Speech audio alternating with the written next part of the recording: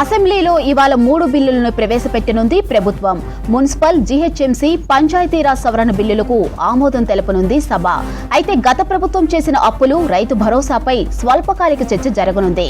CM Revanth Reddy ఇవాళ గంట ముందే అసెంబ్లీ కమిటీ హాలుకు రానున్నారు. అక్కడ ఎమ్మెల్యే, ఎమ్మెల్సీలతో సమావేశం కానున్నారు. ఇక భూభారతి, రైతు భరోసాపై సభలో చర్చ కొనసాగనుంది. అసెంబ్లీలో ఇవాళ 3 బిల్లులను ప్రవేశపెట్టనుంది ప్రభుత్వం. మున్సిపల్, జీహెచ్ఎంసీ, పంచాయతీరాజ్ సవరణ బిల్లులకు ఆమోదం తెలపనుంది సభ. గత ప్రభుత్వం చేసిన అప్పులు, రైతు భరోసాపై స్వల్పకాలిక చర్చ జరగనుంది. సీఎం రేవంత్ రెడ్డి ఇవాళ గంట ముందే అసెంబ్లీ కమిటీ హాలుకు రానున్నారు. అక్కడ ఎమ్మెల్యే, ఎమ్మెల్సీలతో సమావేశం కానున్నారు. ఇక భూభారతి, రైతు భరోసాపై సభలో చర్చ కొనసాగనుంది. అసెంబ్లీ సమావేశాలకు సంబంధించి మరిన్ని వివరాలు యాదగిరి అందిస్తారు. యాదగిరి, ఇవాళ అసెంబ్లీ సెక్షన్ అప్డేట్స్ ఏంటి? మాధురి, ఉదయం 10 గంటలకు అసెంబ్లీ సెషన్స్ ప్రారంభం కాబోతున్నాయి. ఈ అసెంబ్లీ సెషన్లో ముందుగా నిన్న ఆల్రెడీ ఈ భూభారతికి సంబంధించినటువంటి బిల్లును రెవెన్యూ శాఖ మంత్రి పొంగులేటి శ్రీనివాసరెడ్డి నిన్న అసెంబ్లీలో ప్రవేశపెట్టారు.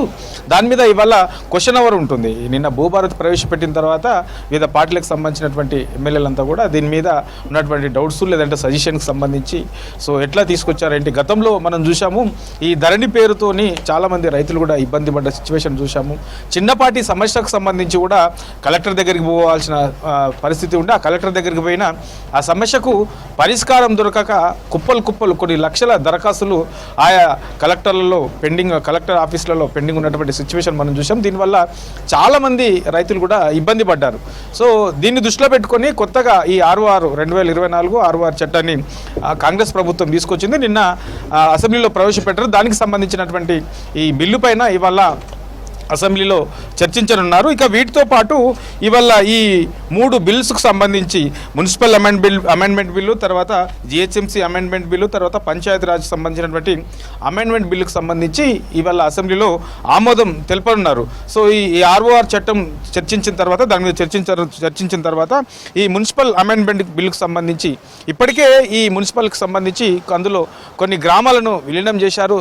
దానికి సంబంధించి కూడా ఈ మున్సిపల్కి సంబంధించిన దాని మీద కూడా చర్చించే అవకాశం ఉంటుంది. ఆ బిల్లును కూడా ఆమోదం తెలిపే అవకాశం ఉంటుంది. ఇక జిహెచ్ఎంసీకి సంబంధించి అమెండ్మెంట్ బిల్లు కూడా అదే తరహాలో కొన్ని గ్రామ పంచాయతీలను ORRకి సంబంధించి హైదరాబాద్ పరిధిలో ఉన్నటువంటి ఈ ORR వరకు కూడా కొన్ని గ్రామ పంచాయతీలను ఈ జిహెచ్ఎంసీలో కలిపారు. కాబట్టి దానికి సంబంధించిన బిల్లును కూడా ఇవాళ అసెంబ్లీలో ఆమోదం తెలిపే అవకాశం ఉంటుంది. ఇక పంచాయతీరాజ్ అమెండ్మెంట్ బిల్లుకు సంబంధించి కూడా ఇవాళ అసెంబ్లీలో ఆమోదం తెలిపే అవకాశం ఉంది. ఇక ఈ 3 బిల్లులు ఆమోదం తెలిపిన తర్వాత ఇక షార్ట్ డిస్కషన్ ఉంటుంది. దీన్ని గత ప్రభుత్వం చేసినటువంటి అప్పులకు సంబంధించి, తర్వాత రైతు భరోసా, ఈ 2 అంశాలకు సంబంధించిన దాని మీద షార్ట్ డిస్కషన్ ఉండే అవకాశం ఉంటుంది. ఎందుకంటే గత ప్రభుత్వం చేసినటువంటి అప్పుల కారణంగా దీని మీద కొంత కాంట్రవర్సీ కూడా కొనసాగుతూ ఉన్నది.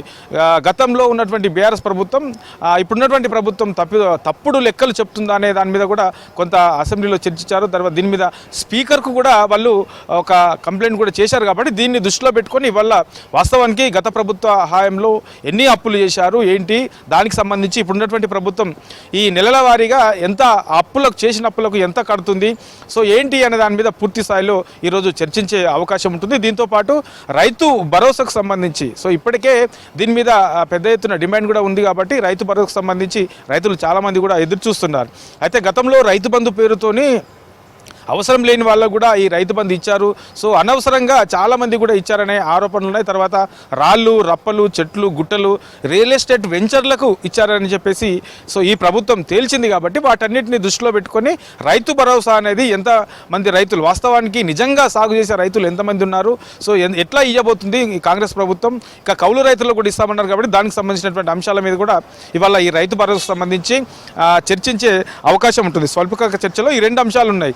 గత ప్రభుత్వం చేసినటువంటి అప్పులతో పాటు ఈ రైతు భరోసాకు సంబంధించినటువంటి అంశం మీద కూడా ఈ 2 స్వల్పకాలిక చర్చలు కొనసాగే అవకాశం ఉంటుంది. ఇక ఇవాళ అసెంబ్లీకి గంట ముందే సీఎం రేవంత్ రెడ్డి వచ్చే అవకాశం ఉంది. ఎందుకంటే నిన్న ఈ భూభారతికి సంబంధించినటువంటి బిల్లును అసెంబ్లీలో ప్రవేశపెట్టారు. ఇవాళ దాని మీద చర్చ ఉంది. కాబట్టి ఎమ్మెల్యేలు, ఎమ్మెల్సీలు అంతా కూడా దీని మీద ఎట్లా ముందుకెళ్ళాలి ఏంటి, గతంలో ఈ ధరణి వల్ల ఎలాంటి తప్పిదాలు జరిగాయి, మీరు చూసినటువంటి అనుభవాలు ఏంటి, ప్రజలు మీ వరకు తీసుకొచ్చినటువంటి సిచ్యువేషన్స్ ధరణి వల్ల ఎట్లాంటి ఇబ్బందులు పడ్డారు, మీ అసెంబ్లీ కాన్స్టిట్యున్సీ వారీగా ఎట్లాంటి సమస్యలు ఉండే, సో ఈ భూభారతి వల్ల ఎట్లాంటి సమస్యలకు మనము పరిష్కారం చూపించబోతున్నాము, ఇట్లా ఓవరాల్గా దీని మీద వాళ్ళందరినీ కూడా ఎమ్మెల్యేలు కూడా సీఎం రేవంత్ రెడ్డి వాళ్ళు సూచనలు చేసే అవకాశం అయితే ఉంటుంది. ఎందుకంటే ఈ కొత్తగా తీసుకొస్తున్నటువంటి 2024 ROR చట్టం ద్వారా గ్రామ స్థాయి నుంచే ఆయా ఏదైతే ఈ భూ సమస్యలకు సంబంధించి ఆ ప్రయారిటీని బట్టి గ్రామ స్థాయి నుంచే పరిష్కరించుకునే విధంగా ఈ కొత్త చట్టాన్ని